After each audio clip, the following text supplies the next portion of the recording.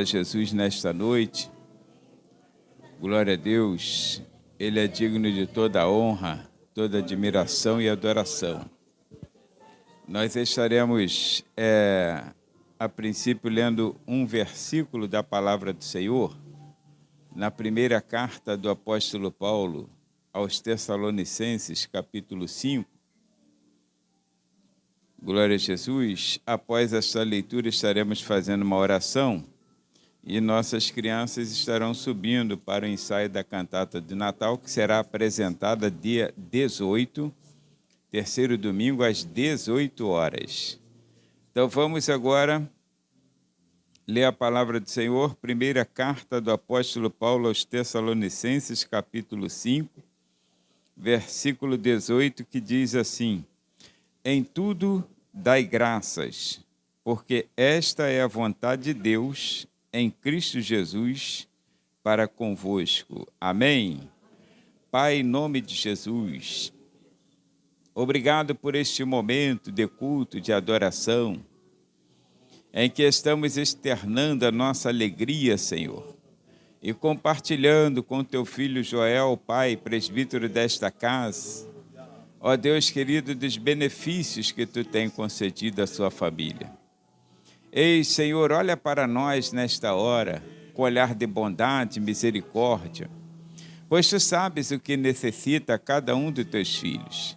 Uma palavra de alento, uma palavra, ó Pai querido, de exortação, uma palavra de cura, de libertação. Então a cada um tu dirige, ó Pai, de uma maneira diferente, pessoal, intransferível. Mas, ó Deus querido, toda honra e toda glória seja dada a Ti. Mas a alegria e a edificação seja da Tua igreja nesta hora. Portanto, Senhor, com o dom da palavra da sabedoria e do conhecimento, seja esta palavra hoje proferida neste altar. Muito obrigado em nome de Jesus. Amém. Irmãos, se assentem. Glória seja dada a Jesus. Meus irmãos, recentemente tem um culto em ações de graças aqui. De vez em quando tem culto em ações de graças aqui na igreja. Isso é sinal que Deus está abençoando, mas maior sinal de que as pessoas estão sendo agradecidas a Deus. E recentemente, num dos últimos cultos em ações de graças que aqui foi feito, apresentado ao Senhor, eu comecei a minha palavra dizendo que uma certa pessoa com sabedoria, ela disse que a gratidão é a mãe de todas as virtudes. O que também, o oposto, a ingratidão, irmãos, é a causa de grande indignação para todos, inclusive para o Senhor. Eu sei que eu poderia e deveria usar textos como Salmo 106, 103, Salmo 90, Salmo 116, como o Joel aqui mencionou, Salmo 34, como esses salmos que a gente usa em cultos e ações de graças. Mas eu preferi, irmãos, este texto aqui, em tudo dai graças, porque esta é a vontade de Deus em Cristo Jesus para convosco. Mas para falar de algo que eu já tratei aqui em uma certa ocasião, não lembro quando, mas de coisas que causam indignação no Senhor.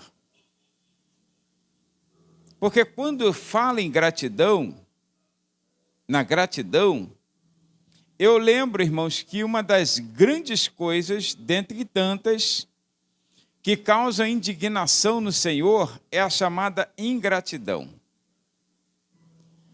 Pensa numa coisa que nós ficamos assim como siri dentro da lata. É você ser um camarada abençoador, ser ajudador às pessoas, ser prestativo. E, de repente, nós não somos gratos a essa pessoa. Não que a pessoa queira retribuição, mas não prestamos um mínimo de gratidão a uma pessoa como esta. Irmãos, isso causa uma indignação tão grande em nós, que muitos de nós chutamos o balde. com a bênção e tudo dentro.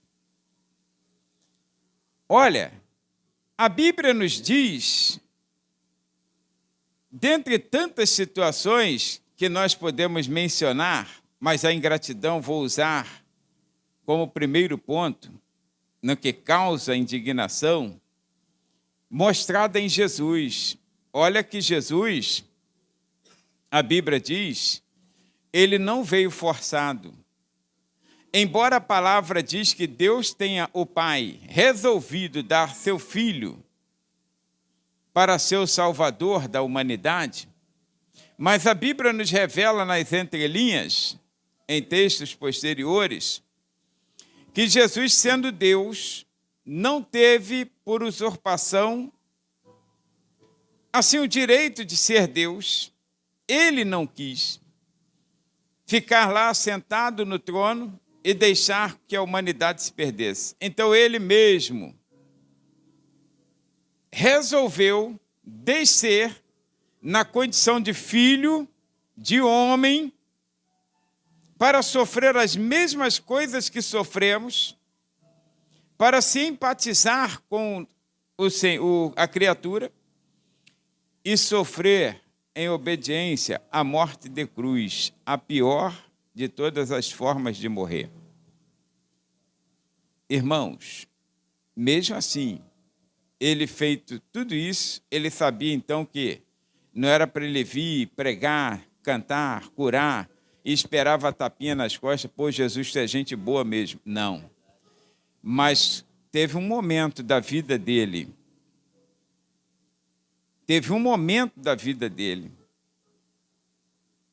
que pensa numa pessoa que está no auge do fundo do poço, não tem mais onde recorrer, é um leproso. O leproso, irmãos, ele era maldito pela lei, afastado do convívio familiar e de qualquer tipo de sociedade. A sorte dele, se é que é sorte, é que tinha muitos leprosos onde ele ia. Então ali eles viravam amigos. Todo mundo está podre, todo mundo está amaldiçoado, todo mundo está imundo. Aí eles ficavam naquele convívio. Existia um leprosário, não como hoje existe, né? Alguma coisa assim que esteja... Eles ficavam lá dentro, naquele setor, mas eles eram livres. Só que por conta da lei, que poderia enviá-los ao apedrejamento, aí então eles evitavam sair, mas souberam que Jesus estava na área e resolveram 10 dele criar coragem, Lucas capítulo 10, e foram até Jesus, onde Jesus estava. Ao longe, quando viram que era Jesus, porque alguém lhes deu a característica, ele está acompanhado de muita gente, mas alguém deu a característica. Ao longe, diz a Bíblia, quando viram a Jesus, eles pararam e gritaram, Senhor, porque eles tinham que dizer que era imundo. Mas cura-nos. Jesus de cá, ele disse assim, olha, ide, mostrai-vos aos sacerdotes, que todos eles sabem a lei. Todos eles sabem como funciona. Mostrai-vos aos sacerdotes, só isso. Eles se viraram e foram de caminho em direção ao sacerdote, porque acreditaram que seriam curados. No caminho, aí um olhou para o outro, de repente, batendo aquele papo, e viu que a ferida daquele já não era mais. De repente, pela mão, aí disse, tua mão está limpa. Aí começaram a se olhar, todos foram curados.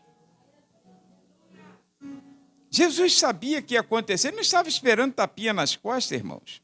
Mas, irmãos, um coração agradecido move o coração de Deus. Porém, um coração mal agradecido é uma indignação para Deus. Eles continuaram e um deles voltou. E Jesus, quando ele chegou agora, ele pôde se aproximar, que ele está limpo. Jesus não diz assim, poxa, fico feliz que você ficou curado, fico feliz que você voltou, me dá aqui um abraço. Irmãos, a maior indignação de Jesus naquele momento, porque 10 foram curados, e ele disse assim, não foram 10 os curados? Onde estão os 9?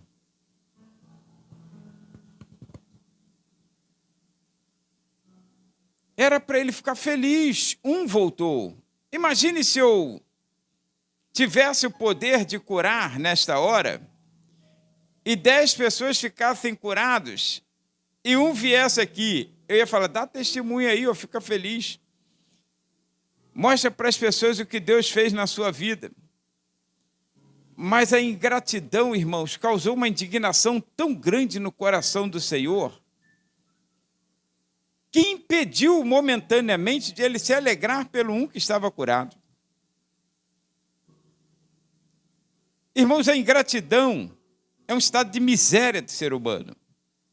Você precisa todos os dias ser grato ao Senhor. Em tudo, dai graças, porque esta é a vontade de Deus em Cristo Jesus para convosco. Qualquer coisa que aconteça, pensa que Joel está dizendo e está agradecendo a Deus por todos os benefícios que Deus lhe tem feito. Mas pensa em tantas coisas ruins que aconteceram nesse período. Pensa em todas as coisas ruins. Mas ele não enumerou as coisas ruins. Ele salientou os benefícios de Deus. Todos os benefícios. Irmão, seja grato ao Senhor. Essa é a primeira causa de indignação do Senhor, um coração mal agradecido. Resmungão, reclamante, só vive cabisbaixo, só vive triste, porque isso gera outros problemas para a nossa vida. Olha, quando essas pessoas são ingratas por ingratidão, demonstrando ingratidão, existe uma outra situação em que as pessoas estão enfrentando e Jesus novamente ele fica indignado com essas pessoas, porque são pessoas que estão agora com ele, no seu convívio. São pessoas que foram chamadas para o ministério, estavam sendo preparadas, viram a multiplicação de pães, eles viram a água ser transformada em vinho, eles viram pessoas sendo curadas. E, de repente, Jesus está numa embarcação, Mateus capítulo 8. Jesus está numa embarcação e naquela embarcação começa um temporal. Mas Jesus tinha dito assim, passemos para a outra margem, para o outro lado. Irmão, Jesus está com eles. Mas quando começou o tempo revirou, de repente, e vem aquele medo que é natural, sabe? Vem aquele medo que é uma coisa natural. Mas lembre-se, o Senhor que te salvou, Ele anda contigo.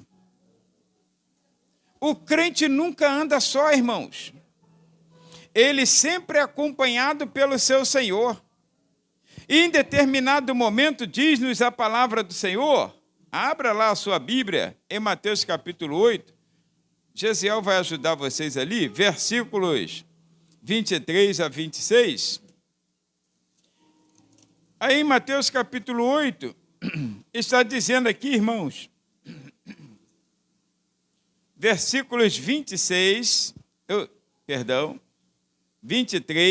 a 26. Entrando ele no barco, seus discípulos o seguiram. Eis que no mar se levantou uma tempestade tão grande que o barco era coberto pelas ondas. Detalhe, a maioria dos discípulos eram pescadores. Já estavam acostumados com essa problemática. Porém, diz assim, ele estava dormindo. Talvez o problema seja só esse. Achar que o Senhor tem a obrigação para conosco. Não pode 1 minuto dormir. Não pode 1 minuto silenciar. Irmãos, o silêncio de Deus é Ele trabalhando por nós. Às vezes a impressão que dá é que nós não estamos sendo ouvidos pelo Senhor. Às vezes dá uma impressão de que nós estamos sendo negligenciados por Ele. Mas a simples presença do Senhor na embarcação é garantia de vitória. Você só precisa estar grato a Deus por Ele estar ali. Porque antes você não tinha nada, agora tem Ele. Pensa que eles viveram a vida toda e nunca tiveram o Mestre presente. Viveram uma vida toda trabalhando sozinho, vivendo uma vida de indignação por conta do império, pressionando-os, nunca tiveram a presença do Mestre. Agora, só porque o Mestre está em silêncio, eles duvidaram. Vamos morrer. Irmão, Jesus se levanta quando eles começam a clamar, dizendo, Senhor, nós vamos morrer. Tudo bem, o medo é natural, mas a incredulidade, irmãos, é inconcebível a um crente que já experimentou a salvação. Você não pode ser incrédulo. Eu não posso ser incrédulo. Eu posso até titubear de vez em quando e afrouxar um pouquinho. Mas eu tenho que manter-me na fé. Porque a fé é simplesmente crer que Deus fará o que Ele diz na sua palavra que fará. Então, se Ele disse, vamos ao outro lado, não importa, irmãos. Perde-se a embarcação, surfa numa sardinha, mas vai chegar do outro lado. E então, quando Jesus levanta naquele momento e acorda, Ele disse assim, por que temeis, homem de pouca fé? Ele ali se indignou. A expressão dele é de indignação. Por que vocês estão com medo? Homem de pouca fé. Como quem diz, eu não estou aqui, eu não garanti a minha palavra. Irmãos, sossega. Apenas creia no Senhor. A tua preocupação não te livra do problema de amanhã, mas te tira a alegria do hoje. Que o Senhor falou contigo? Ele falou que é comigo. Ele me prometeu. Então, se Ele prometeu, Ele não é homem para que minta, nem filho do homem para que se arrependa. Tudo que Ele promete, Ele cumpre. Ele não tem como falar como nós, que falamos uma coisa e depois mudamos a conversa no meio do caminho. Aquilo que Deus falou ao teu coração é aquilo que se cumprirá na sua vida. Custe o que custar. Sabe, às vezes são coisas simples. Tem um homem na Bíblia que Deus se agradou muito dele. Eu não estou falando nem de Noé.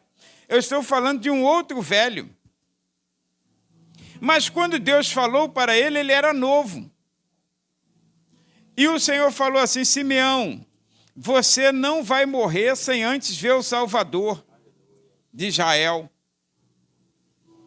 Simeão guardou aquilo no coração porque, irmãos, aqui entre nós, a gente que apresenta crianças no altar do Senhor, imagine se tem uma profecia de que vai nascer um personagem usado por Deus, como se fosse assim um profeta João Batista para esta nação. Então, toda criança que viesse a mim, eu ia pensar assim, será esse, Senhor? E Simeão sabia que o Messias nasceria, as profecias de Isaías estavam se cumprindo, e ele foi moço, já estava velho. Não abriu mão do seu ofício sacerdotal, e o Senhor falou, tu não morrerás antes de ver o Salvador o Messias de Deus. Irmãos, o velhinho estava lá caindo aos pedaços. Sabe aquele velho que já está cansado de viver? Está cansado de viver. Ele já está mais assim pensando, meu Deus, tem misericórdia, dá glória a Jesus, levanta a mão alto para ver se o anjo segura logo. Está assim, desesperado, para morrer. E nada de a morte o levar. Aí a Bíblia diz assim, lá em Lucas, capítulo 2, que naquele dia era o turno de Simeão para ir ao sacerdócio. E ele foi cumprir a sua função lentamente. Quando chega lá Maria e José com o neném no colo, e entrega na mão dele para que ele apresente ao Senhor. Aquelas mãos trêmulas. E quem sabe Maria e José devem ter pensado, meu Deus, logo o velhinho que está aí hoje. Que a gente não confia, né? Deixar a criança, um bebezinho, na mão de qualquer um, né? E quando ele pegou aquele bebezinho assim, ó, irmãos, a vista já está curta. As forças já se foram. Mas a fé é imbatível. E quando ele olhou aquela criança, o Senhor falou com ele, esse é o Messias que eu tinha falado contigo. Ele disse assim, ele nem apresentou ao Senhor, que a gente faz assim, Senhor, está aqui essa criança, que ela seja uma bênção, aquela coisa toda, faz a oração. Ele fez assim, Senhor, despede agora em paz o teu servo, porque já os meus olhos viram a tua salvação. Tudo que ele queria era que a promessa de Deus se cumprisse. Durou o tempo que durou, mas Deus cumpriu a promessa. Irmãos, não cause indignação ao Senhor pela incredulidade. Aquilo que o Senhor falou ao teu coração é aquilo que Ele fará. Não espere outra coisa, somente o que Deus falou ao teu coração. Eu sei que ao longo do tempo, aí você vai esmorecendo. Meu Deus, já passa tanto tempo, não está acontecendo, já passou anos, nada aconteceu, e você de repente viu alguma coisa acontecendo e fez como Elias. Agora tem um vento forte aí, mover do Espírito, Deus certamente vai chegar nesse vento, nesse redemoinho, e vai falar comigo. Aí o redemoinho passou, veio fogo, veio tanta coisa. Depois, quando ele pensou assim, já era para mim. Aí não tinha mais nada acontecendo, ele escuta uma voz de Cid Moreira. Elias, que fazes aqui? Está vendo como Deus trabalha diferente, mas tem que esperar.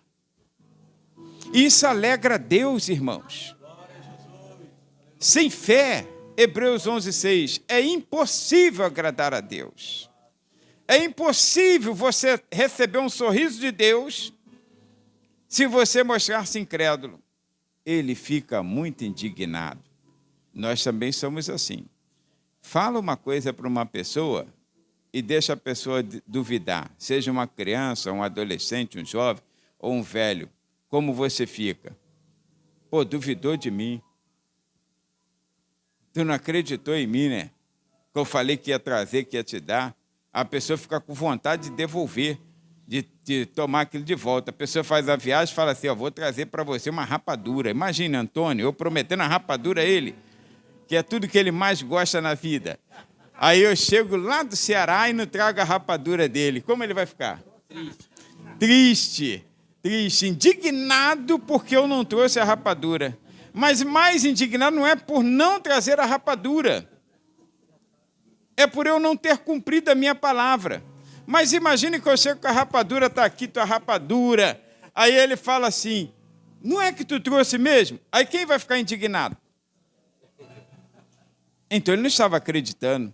Aí como eu não sou Deus, eu tomo a rapadura de volta e me dá para cá. Tu não está merecendo nada não. Mas Deus não, ainda assim te dá. Aí deixo ele sem a rapadura. Está vendo como funciona? Irmãos, não seja incrédulo. Aquilo que Deus falou ao teu coração, aquilo Ele cumprirá. Dure o tempo que durar, Deus... Lembra disso que eu vou falar agora? Fundamentado em Gênesis capítulo 28, versículo 15. quando Deus deu uma visão a Jacó e falou, eu vou te abençoar. E Jacó falou, então eu vou voltar aqui para agradecer. E levou anos, e Jacó voltou, porque Deus sempre volta pelo caminho da sua promessa. Nunca se esquece de uma promessa feita. Leve o tempo que levar. Agora, irmãos, tem uma coisa que às vezes nós cometemos e causa indignação em Deus. Isso muitos de nós cometemos. É a chamada indisposição. Indisposição. Porque a gente, quando começa e é salvo, é igual numa empresa. Começa um dia de trabalho. Tu está desempregado, não tem nada. Aí tu chega lá, eu estou precisando, minha família está morrendo, as crianças estão tudo de boca aberta. Aí você, então, dá o emprego à pessoa. A pessoa começa no primeiro dia, quer lavar banheiro, quer passar pano, quer tirar poeira da estante. 3 dias depois, ele já está mais frouxo. 90 dias passou a experiência, ele está com o pé na mesa do chefe. Ele já não está fazendo mais nada. Só quer o qualquerzinho dele. E já está reclamando que está ganhando pouco. Faz menos e está ganhando, ele está ganhando a mesma coisa, mas está reclamando. Aí, irmãos, olha, isso causa uma indignação. E o Senhor, aqui na palavra do Senhor, em Marcos capítulo 14, versículo 37, os discípulos estão felizes com Jesus, porque Jesus está fazendo proeza e por onde Jesus vai, eles vão junto, eles estão querendo, está um aglomerado de pessoas. Mas chega um momento, irmãos, que vem uma prova. Aí o Senhor disse assim,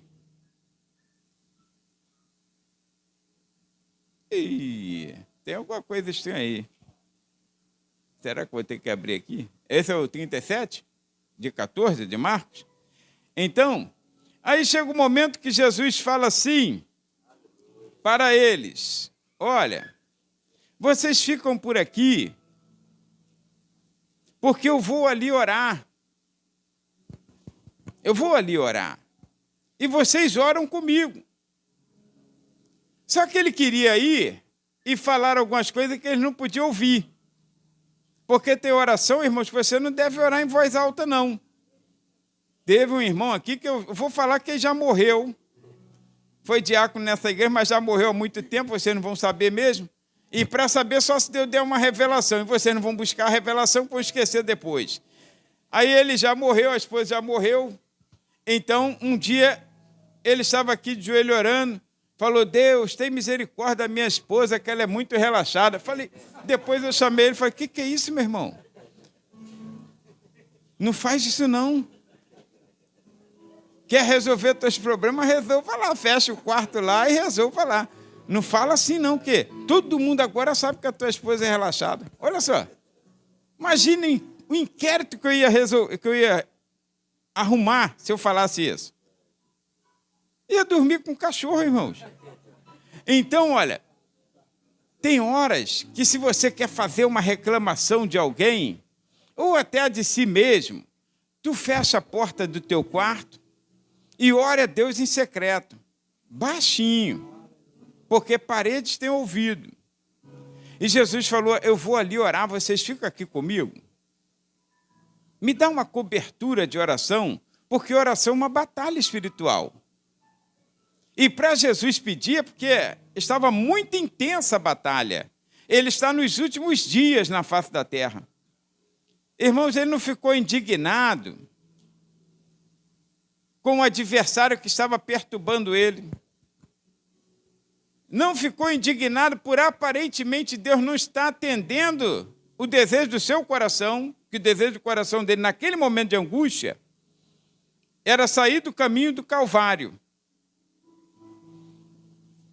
Mas quando ele volta, levanta um pouquinho, vai lá, na antessala, no monte, e vê os discípulos tudo roncando, dormindo, babando em cima da barba.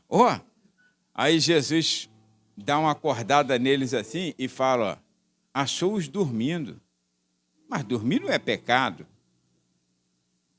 Mas o indiferentismo, a indisposição, é pecado, irmãos. Tudo que te vier a mão para fazer, faz conforme as tuas forças. Mas tenta fazer. Eles não estavam dormindo.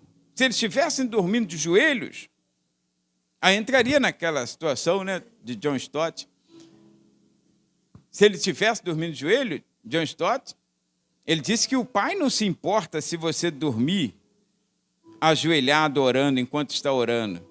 Aí ele diz, qual o pai que se importa que seu filho durma no seu colo? Mas eles não. Eles simplesmente ajeitaram ali um travesseiro e, dormiram, como quem diz, deixa Jesus dar o jeito dele lá, né? Irmãos, quando ele voltou, disse assim, disse logo a Pedro, porque Pedro é o cara, é o falastrão, é o que gosta de mostrar que ele é. Simão, tu dormes? Não podes vigiar 1 hora? 1 horinha comigo? Me dá uma cobertura enquanto estou orando? Irmãos, não fique indisposto. Quem te dá graça e glória é Deus. Ele que te chamou, é Ele quem te capacita. Tem crente que começa bem, mas vai fracassando, sabe? Olha, eu tenho um conselho para os novos crentes. Não comece a carreira cristã correndo. Vai andando, deixa o crente A passar e falar, ô tartaruga. Aí você faz só assim para ele. Deixa o crente B também passar por você e falar, ô lesma. Vai tranquilo. Vai na tua força. Deus chama um homem que nós conhecemos como Gideão. O homem se sente frouxo, se sente o menor, se sente incapaz, se sente um miserável. E o anjo fala assim, vai nessa tua força. É só o que ele quer. Vai, ô miserável, vai, ô infeliz, vai, ô lerdo. Aleluia. E você vai devagarinho, irmãos. Porque o importante não é a corrida, o importante é a chegada.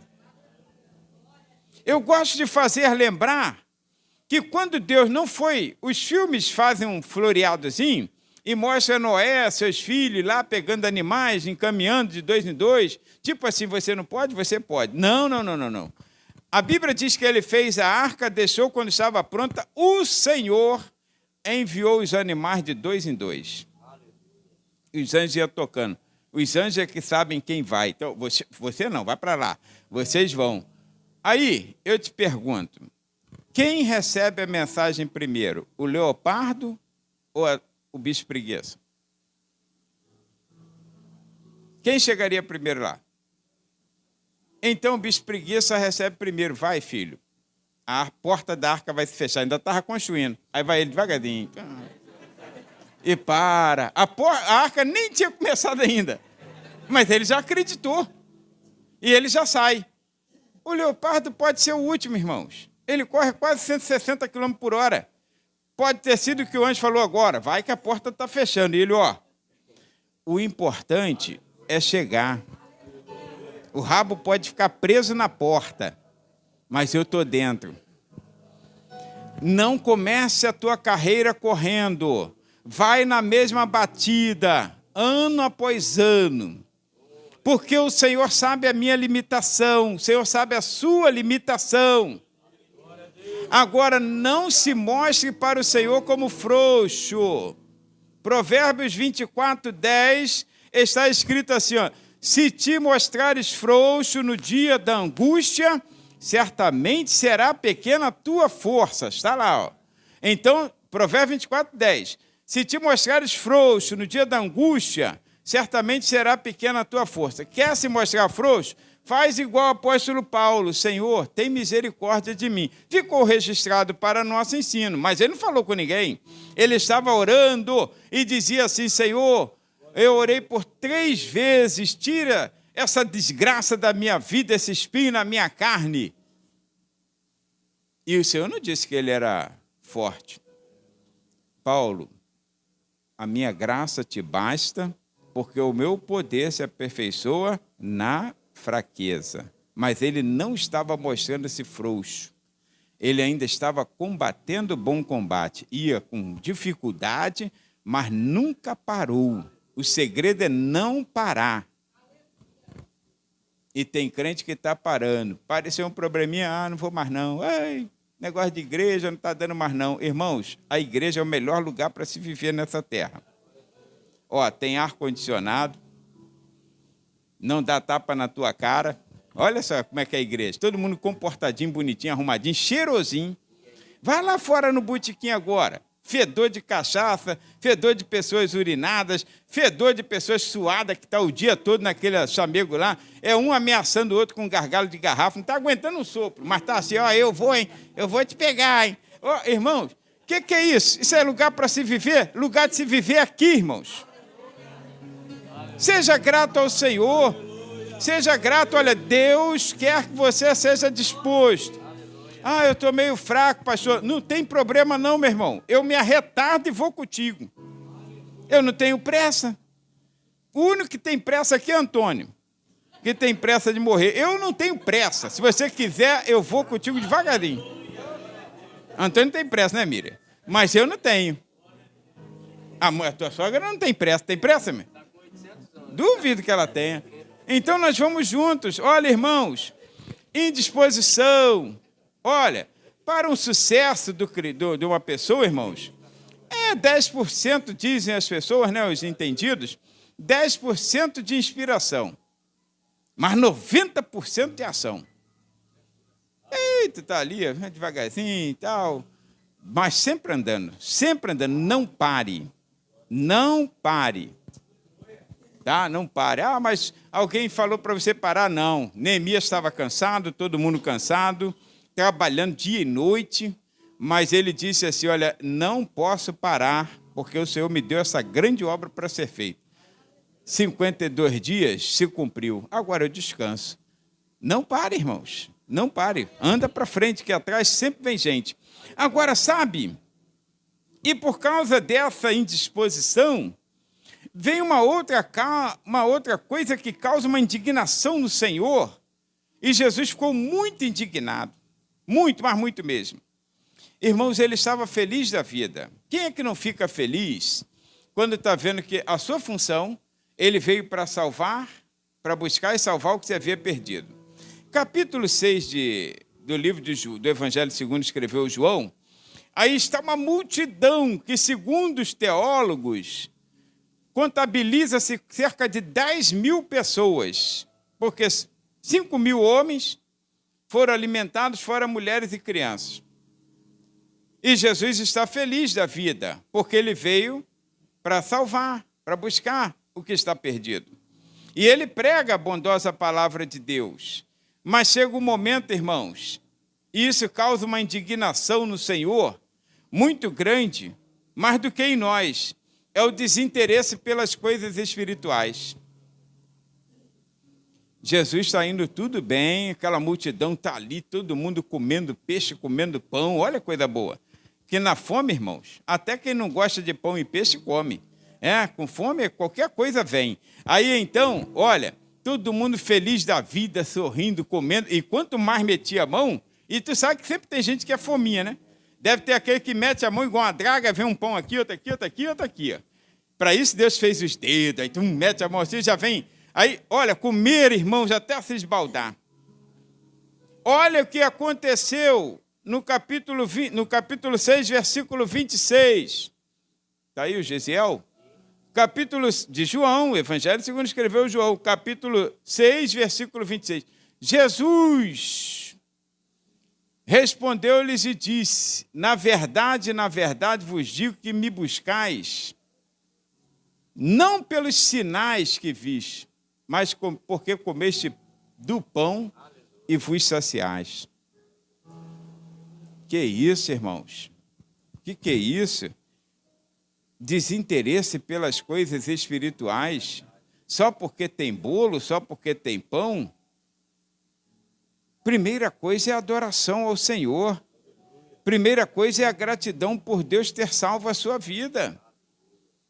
Está vendo como essa coisa já é antiga, que às vezes as pessoas vão por interesse? Irmãos, você vai, se tiver alguma coisa para comer, glória a Jesus, não é assim? Eu vou para um casamento que eu fico feliz em atender um convite que me fora feito, eu fico feliz. Agora, eu como alguma coisa antes, nunca vou de barriga vazia para festa alguma. Mas não vou mesmo. Porque aí, se sair alguma coisa, glória a Deus pela bênção que acompanha a salvação. Se não sair, glória a Deus porque a bênção que acompanha a salvação não veio. Irmãos, porque Deus você tem que ter um objetivo maior do que esse. E olha, Jesus ficou extremamente indignado por causa do desprezo às coisas espirituais. Ninguém, que Jesus falou, entrou no ouvido, saiu no outro. O comentário era, pô, que pão, hein? Chegou em boa hora. A gente estava com a barriga grudada nas costas, estava com 2 crentes na barriga, né? 2 crentes na barriga. Irmãos, não faça isso. Não descuide das coisas espirituais. O Senhor, ele tem um prazer muito grande quando uma pessoa vem para a sua casa com aquela alegria do Salmo 122, alegrei-me quando me disseram, vamos à casa do Senhor, que entram por essas portas com louvor, com adoração, com reverência. Ele fica muito feliz com uma pessoa assim. Não importa se a pessoa saberá orar, saberá pregar, saberá cantar, vai cantar desafinado ou afinado, para ele não importa.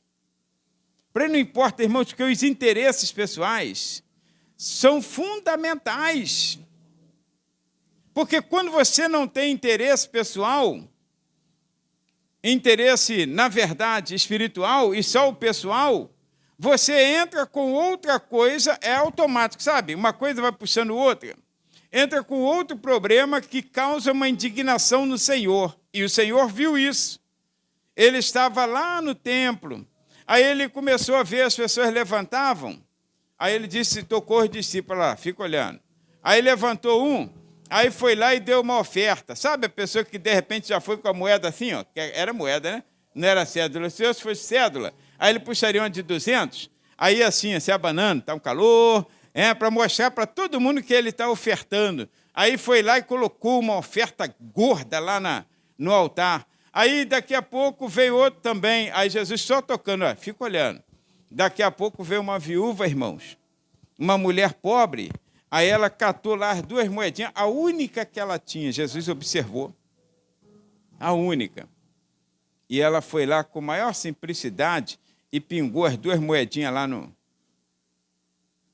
cofre, no chamado gasofilácio. Jesus falou, essa aí deu mais do que todas as outras pessoas. Porque, irmãos, vou falar uma coisa para vocês, que eu já falei em outra ocasião, mas eu preciso falar. Deus não olha a tua oferta antes de olhar o ofertante. Deus não tem interesse nenhum no meu dinheiro, no seu dinheiro. Ele tem interesse no meu culto. Aí ele olha primeiro o ofertante, isso é bíblico. Isso é bíblico. Vem Abel e oferta ao Senhor. Aí vem Caim e oferta ao Senhor. A Bíblia diz assim, e atentou o Senhor para Abel e a sua oferta. E atentou o Senhor para Caim e a sua oferta. Primeiro ele olha o ofertante. Ele não está preocupado em olhar o quantitativo que você está dando. Ele está preocupado em olhar o teu coração. Se você está vindo com o coração inteiro ou se você está vindo com hipocrisia no altar. Para quem recebe ali, tá bom. Pingou 200, pingou não sei quanto. Não, para Deus não. Para Deus o importante é você estar com o coração adorador. É o teu culto, é a tua adoração, é o teu louvor. É o que você trouxe à casa do Senhor hoje, está prestando a Ele como culto. Isso é a tua oferta. É a tua oferta, não é o que eu tiro do teu bolso, mas é o que você trouxe no teu coração e está hoje dizendo, Senhor, estou aqui, muito obrigado. Deus está olhando para o teu coração nesta hora. Agora, irmãos, eu tenho que encerrar porque falta pouquinho minuto para eu entregar, mas eu tenho algumas coisinhas a dizer para os irmãos. Olha, méritos pessoais. Pensa numa coisa que indigna o Senhor. Méritos pessoais. Porque tem gente que acha que ele merece. E tem gente que ele acha tanto que ele merece que ele fala assim, encostei mesmo Deus na parede. Quem encostou Deus na parede, gente? Encosta o valentão da tua rua na parede que eu quero ver. Se você é tão macho assim, chega para o valentão que está lá na tua rua, colocou a barricada e fala assim, vou te encostar na parede, hein, se tu não tirar isso aí hoje. Chega lá, faz isso. Encostei Deus na parede. Quem somos nós para encostar Deus na parede, irmãos? Porque você vai com méritos pessoais. Irmãos, não crie ilusão para chegar em oração perto do Senhor e falar, Senhor, tu sabe que eu sou dizimista fiel. O que é um dizimista fiel? Como se Deus estivesse dependendo de você. Você não é abençoado por ser dizimista. Você é dizimista porque Deus já te abençoou. Quero ver você dar se você não tem. Então, para eu dar é porque eu já tenho. Se fosse assim, uma pessoa lá do mundo não tinha nada. Não tinha carro zero, não tinha mansão, não tinha nada. Agora, qual a diferença dele para mim? É porque tudo que eu ganho, então eu quero ser grato ao Senhor. E ele ganha, ele acha que foi pelo mérito. E tem um dia reservado para juízo. Para nós respondermos por aquilo que fizemos ou deixamos de fazer. Agora, não é porque, não, meu irmão, troquei de carro porque eu sou dizimista fiel. O que é isso, irmãos? Estou barganhando com o Senhor agora? Olha o que diz aqui. O moço rico chega perto do Senhor, e esse moço já é da linhagem vamos dizer assim, de Israel, dos hebreus. Aí ele chega perto do Senhor, bom mestre, tudo cheio na pompa, tudo bem, ele é rico e tem que andar bem vestido mesmo. Que farei eu para herdar a vida eterna? A pergunta é boa, é relevante. Aí Jesus falou alguma coisa de ele dar o qualquerzinho lá no cofre lá, vai lá, ali no Judas, que é o tesoureiro, e deposita um qualquer lá. Não, Jesus falou, meu filho, guarda os mandamentos e terás a vida eterna. Mas só isso? Isso aí eu já conheço desde a minha mocidade. Se queres ser perfeito, aí é problema seu. Tu vai, vende tudo que tem, dá aos pobres, vem e me segue. Porque quer se exibir. Aí ele ficou triste e saiu lá. Jesus correu atrás dele, vem cá. Não, deixa ele ir. Irmãos, uma coisa que causa indignação em Deus é o mérito pessoal. Você achar que você é crente porque você é bom. Você achar que vai ser salvo porque você só faz o bem. Não faço mal a ninguém. Vai falar com a pessoa lá fora. Não faço mal a ninguém. Eu creio que quando eu bater as botas aqui, Deus vai ter um lugarzinho reservado para mim. Que Deus não quer troço ruim lá não, irmão. Você precisa ser salvo em Cristo Jesus pela graça de Deus. Não é por mérito humano. Não há nenhum nome que importa pelo qual sejamos salvos, a não ser o nome de Jesus Cristo. Está escrito, Atos capítulo 4, 12, né? Então, não há nome pelo qual importa que sejamos salvos. Aí você vem pelos teus méritos achando que vai ter alguma coisa com Deus. Não é mérito não, irmãos. É graça. Moisés, quem fez mais do que Moisés aqui? Quem fez mais? Me aponta um que fez mais do que Moisés aqui. Aturar aquela gentalha durante 40 anos no deserto, passar o que passou, a ponto de ele chegar um dia e ficar, meu Deus, eu estou cansado, não está dando mais, né? Mas mesmo assim não abriu mão, mas o dia que ele ficou irritado por causa daquele povo ruim, ele ficou irritado e feriu a rocha, o Senhor chamou e falou assim, por causa disso que você fez, você e Arão, vocês dois não vão entrar na terra que eu prometi dar. Vai entrar o restante aí, os sobreviventes, mas vocês dois não entram. Quando chega lá pertinho, Moisés, crente que Deus tinha esquecido, né? Porque o camarada é bom, irmãos. Eu colocaria Moisés lá dentro, porque ele merece. Aí ele vai todo feliz, já está pertinho do Rio Jordão. Senhor, sobe o monte, que você vai morrer. Está esquecendo que você lá me ofendeu, me indignou com a tua incredulidade lá no dia das águas de Meribá? Tá certo, Senhor. Aí o Senhor, então tu dá uma olhadinha aí, ó. Aí olhou a terra prometida, ficou todo feliz. Aí o Senhor foi, fechou o olho dele. Acabou, morreu. Morreu, irmãos. Sabe por quê? Não é mérito, é graça de Deus. Ninguém é salvo por merecimento. Não fique acreditando que você... porque eu dou esmola, eu dou quentinha para mendigo, eu visito presidiário, eu faço isso e aquilo, eu trato todo mundo bem, eu não chuto cachorro. Eu também não chuto cachorro não, irmãos. Mas se eu não servir a Jesus, eu vou para o inferno. Tudo bem que quando é criança a gente já pegou algum gato pelo rabo assim e jogava para o alto. Mas você é de criança. Agora, irmãos, não é assim não, meu filho. Não é mérito não. Nunca atirei num passarinho. Olha o problema. Não fez mais do que o teu dever. E quem mandou você não ser moleque? Se tivesse sido moleque, tinha tirado. Então, olha, Deus é contigo. Agora, a palavra diz, irmãos, que a salvação é estritamente pela graça. Pela graça sois salvos. Isto não vem de vós, é dom de Deus. Não vem de obras para que ninguém se glorie. Ninguém. Todo mundo aqui é igual, ó. Todo mundo.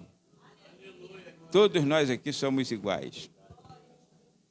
Eu tenho que fazer isso para continuar salvo. E você também. Tem que orar, tem que ler a palavra, tem que jejuar, eu tenho que cultuar, senão eu vou desanimar. Se eu afrouxar, eu desanimo também, igual qualquer pessoa, irmãos. E tem pessoas, claro, que ela tem mais queda por alguma coisa do pecado do que outras. Tem gente que pulava carnaval. Pulava carnaval, saía fantasiado e tudo. Aí se escutar a musiquinha, imagine, escutar a musiquinha. Para gente que não pulou carnaval, não faz sentido nenhum. Mas imagine a pessoa escutando uma musiquinha, um bloquinho vindo de rua. Aí já começa assim o dedinho. Já começa, irmão, já é natural. Começa a ficar alegrinho. Aí ele, me segura Jesus, me segura Jesus, me segura Jesus. E depois vai embora se ele não vigiar. Vai com o bloco, no finalzinho ele vai lá com o bloquinho, me segura. Ó, irmão, tem gente que, irmãos, bebia todas. Bebia todas. Se ele passar na porta do botequim, ele pode ter uma recaída. Sabia? Eu vou ali entregar o folheto no botequim. Irmãos, nunca deixe no evangelismo alguém que era um pudim de cachaça, que era um bebum, entregar folheto no botequim. Está arriscado ele chegar lá e ele, quando sentir o cheirinho da cachaça, da purinha, ele ali mesmo ficar. Guardar o folheto, já ali mesmo já fica. Não deixa. Fala, não, irmão, deixa que eu vou para lá. E ele, não, deixa que eu vou. Não, tu vai para aquele lado de lá. E eu vou para lá. Porque você não é tentado. Não indigna o Senhor, não, irmãos. A salvação é pela graça. Nós não merecemos, mas o Senhor nos deu a salvação. Então, dê glória a Deus por isso. Agora eu quero encerrar. Irmãos, tem pessoas que causam maior indignação, isso dentro da igreja. Estou falando agora lá fora não, tá? Estou falando aqui dentro. Lá de fora já causa indignação porque ele não quer obedecer. Está fora. Agora, aqui dentro, meu querido, você que é crente, se tem uma coisa que causa indignação em Deus, é você minimizar o valor das pessoas. Aqui todo mundo tem o mesmo valor. Eu não sou mais valioso do que vocês. Todo mundo aqui tem o mesmo valor. A diferença, eu canso de dizer isso, a diferença é responsabilidade. Eu vou dar conta de mais serviço do que vocês. Agora, valor é o mesmo, irmãos. Deus, quando olha de lá para cima assim, aí ele vê todo mundo igualzinho, nivelado. E tem crente que não consegue. Olha, Jesus ficou muito indignado com os discípulos. Eles já estavam se achando. É o 3º ano na escola. Já estão formando, já estão se graduando. 3º ano com o mestre é uma formação. 3º ano é uma formação. Quando chega em Marcos capítulo 10, Marcos capítulo 10, versículos 13 e 14, irmão, Jesus está lá tranquilo, aí Jesus percebe que vê um grupo de crianças querendo vê-lo, querendo conhecê-lo. E traziam-lhe meninos, vem com seus pais, com seus responsáveis, para que lhes tocasse. Ó, irmão, o menino é hiperativo. Agora a gente sabe disso. Antigamente não. Quando a gente era criança, esse menino é levado, agora é hiperativo. Aí o tratamento é diferente. Pena que a minha mãe não sabia disso. Não sabia que a gente podia ser hiperativo. Porque hoje, agora, como é hiperativo, eles não apanham mais. A criança pula o banco da igreja, passa embaixo. Não, deixa que ele é hiperativo. Ah, se a gente fizesse isso no tempo da hiperatividade. Minha mãe não sabia nada disso, o couro ia comer. Aí, olha, traziam-lhe meninos para que lhes tocasse. De repente, aquela criança levada, que já tinha levado todas as surras, falou, a minha única chance agora é Jesus. Não é possível, se ele não fizer mais nada, eu morro. Aí, olha, mas os discípulos, irmãos, não foram pessoas desqualificadas. Os obreiros, os crentes, repreendiam aos que lhe traziam. Jesus, porém, vendo isso, fez o quê? Indignou-se. Quando a gente se indigna com alguma coisa, primeira ação nossa, irmãos, ainda que você não fale nada, mas a cara já mostra. Você já faz assim, ó.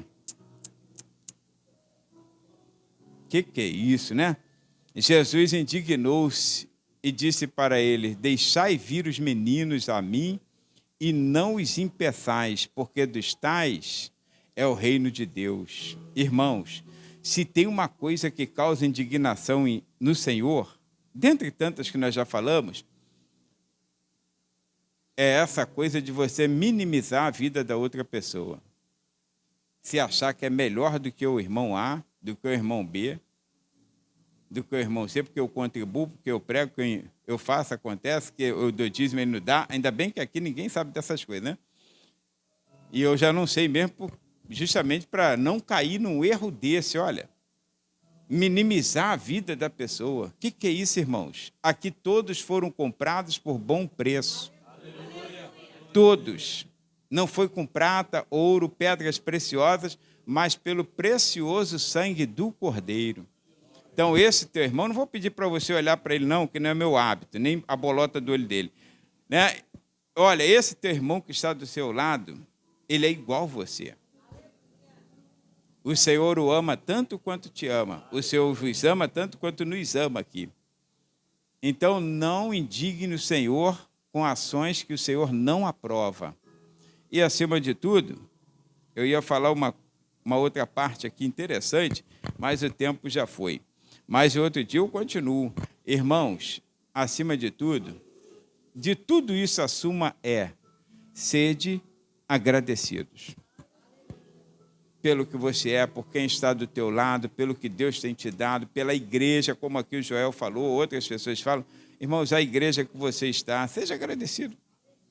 Antônio mesmo falou, né? Seja agradecido, já passou em outras igrejas, já foi dirigente de igreja, mas está agradecido a Deus que Deus o colocou aqui para ajudar. Irmãos, tudo que vem do Senhor é bom e nós devemos agradecer. Amém? Fique de pé, porque a hora já foi. Meus irmãos, vamos encerrar e vamos fazer oração aniversariante